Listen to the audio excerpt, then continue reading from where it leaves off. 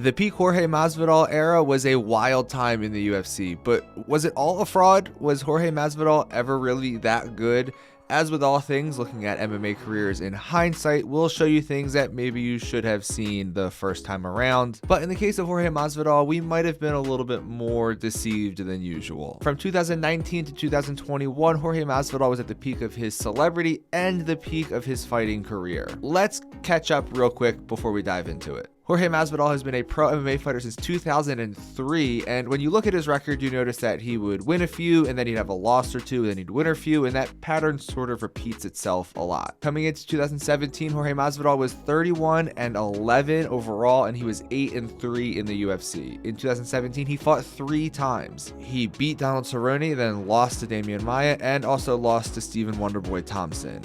This is where things get a little bit weird. Masvidal says that he wasn't able to get a fight after the Wonderboy loss, and he was approached to appear on a Spanish language reality show, an opportunity that he took, albeit reluctantly. He spent 13 weeks filming the show, and at the end of it, he said it was a life-changing positive experience for him. It's at this point in the story that along comes a Darren Till. Till was a huge prospect for the UFC. Here are some of his highlights. He had a lot of striking success, and we thought that he was an elite striker at the time. He fought for the title against Tyron Woodley and got dominated. It wasn't even close. But the UFC was still high on Darren Till, even coming off the Woodley loss, and they wanted a rebound fight for him in front of his home crowd in Liverpool. So after an 18-month layoff and filming the reality show, here comes Jorge Masvidal. Things were looking good for Till early. He even scored a knockdown of Masvidal, but Masvidal ruined the party with this left hand. This fight, this left hand is what sent us on one of the wildest eras for any fighter in the UFC. For the rest of this video, what we're going to do is we're going to look at the things that happened and how they were perceived at the time and what everyone was thinking, but then we're going to zoom out and look at maybe how we should have been thinking of things. Obviously, this knockout from Masvidal was huge, but let's zoom out for a second. Spoiler alert,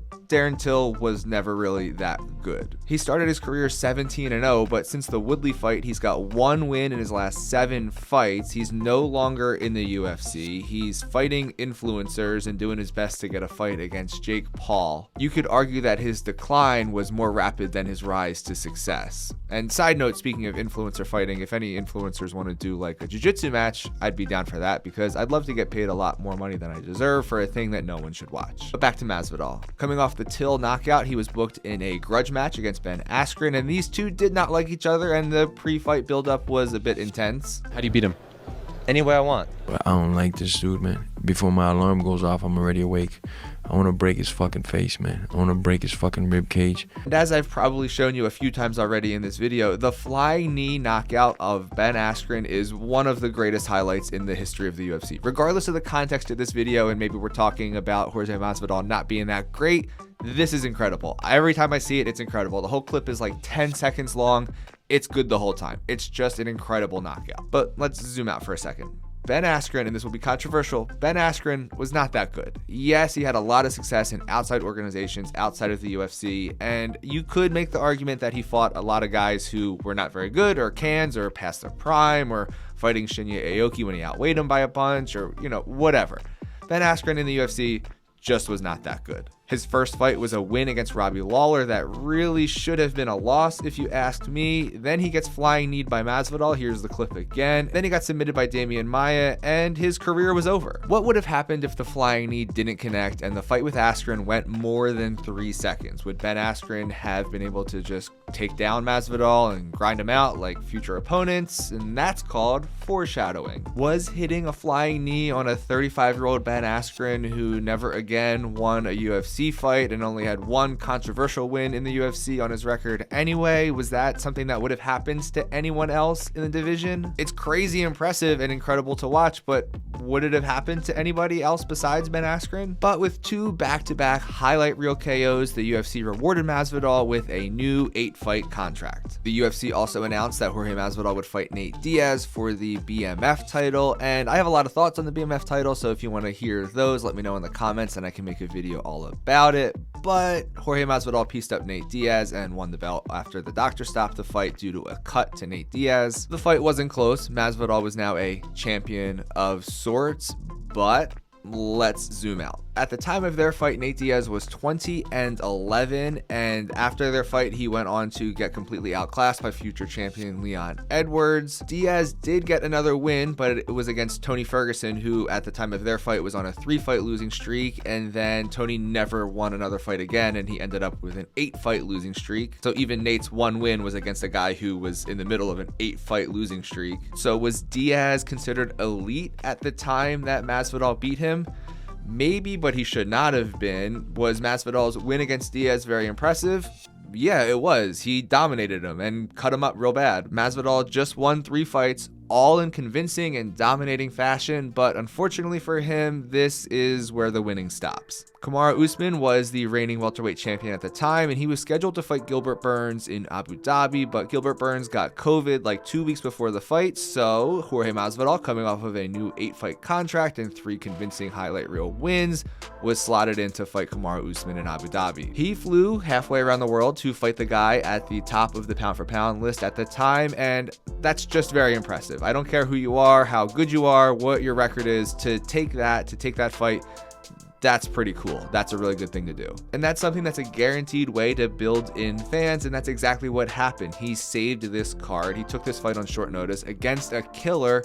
That's how you build up fans, and that is what happened, and that's what should happen to a guy who takes a fight like that on such short notice. He cut a ton of weight in a very short period of time, and if I was able to find clips of that, you're seeing them now. When the fight started, it was obvious that he had cut a bunch of weight. Masvidal had the gas tank for 1 round, and he just basically got grounded out and dominated by Kamaru Usman, and Usman won the decision. But honestly, this is the one point in this video where my opinion from then matches my opinion now in hindsight. I don't fault Masvidal for this loss. He fought the best he could given the circumstance, and he fought a very, very, very good Kamaru Usman. There's no shame in this loss. And his stock actually went up off of this. He saved the card, which was very popular. He fought the best he could, even though he was exhausted and his body went through so much. It was a good result for him in a loss. Usman eventually fought Gilbert Burns and knocked him out, and then the UFC gave Masvidal a proper shot at Usman. No short notice fight, no flying halfway around the world, no cutting 30 pounds in 9 days. It was a full camp, but it didn't matter. Usman starched Masvidal. Masvidal's popularity was still really high after this knockout loss. I mean, the last fight to Usman was explainable, like we just talked about. This was obviously a bad knockout, but Usman was really, really good. He was the pound-for-pound king at that time, so him knocking out Masvidal was not a shock. In hindsight, this is what we should have expected from Masvidal against the elite of the division, not against guys at the end of their careers, but let's keep going. Next, Masvidal was booked in another grudge match against Colby Covington, and long story short, he got taken down by Covington over and over and just grounded out and lost a one-sided decision to Covington. So this is where we're seeing some cracks in Masvidal's game, and also the introduction of some legal trouble, because a few weeks after the fight, Covington was leaving a restaurant and Masvidal attacked him. Can't do that. Can't punch a guy in the street, especially after you just had 25 minutes to punch him and didn't do a good job of it. Colby Covington is pretty universally disliked, and even given his unpopularity, there weren't a lot of people defending Masvidal on this, and the fall has started. Masvidal's final UFC fight came a year later against Gilbert Burns, and it was another one-sided loss where Masvidal did not look good and Burns dominated the whole time. Masvidal subsequently retired in his post-fight interview, and a year after his UFC retirement in the summer of 2024, Masvidal had a rematch with Nate Diaz in boxing. Diaz won, which partially I think tarnishes some of the legacy of Masvidal's heyday when he dominated Diaz in their BMF title, and truthfully, I didn't even watch it. But that's it. Masvidal has not fought since then, and it brings me back to my original question. Was Masvidal ever really that good? His flying knee will be on highlight reels forever, but he did it against Ben Askren. He derailed a major hype train, but it was against Darren Till, who did not do anything after that. He won a BMF title and technically was a champion against a guy who was at the end of his career and didn't do much after that. When Masvidal fought guys in their prime at the top of the division, he looked outmatched. He looked like he did not belong there. The Masvidal title shot era was a wild time, and it was very similar to the Contender Conor era. And if you want to hear more about the Contender Conor era, I'll make a Conor McGregor video, because I got a lot to say about that too, so let me know down in the comments. But what I think we need to take away from Masvidal is the fact that MMA is wild, anything can happen, and I think we're too quick sometimes to lump superlatives on someone. We're too quick to give title shots and praise and elevate people when maybe the results that they're having we should look a little more closely at who they're fighting and when. I did enjoy the Masvidal era at the time, and hindsight is 2020, but maybe we should have caught some things with some regular sight on this one. Let me know what you think about Masvidal and his career in the UFC in the comments. Thanks for watching.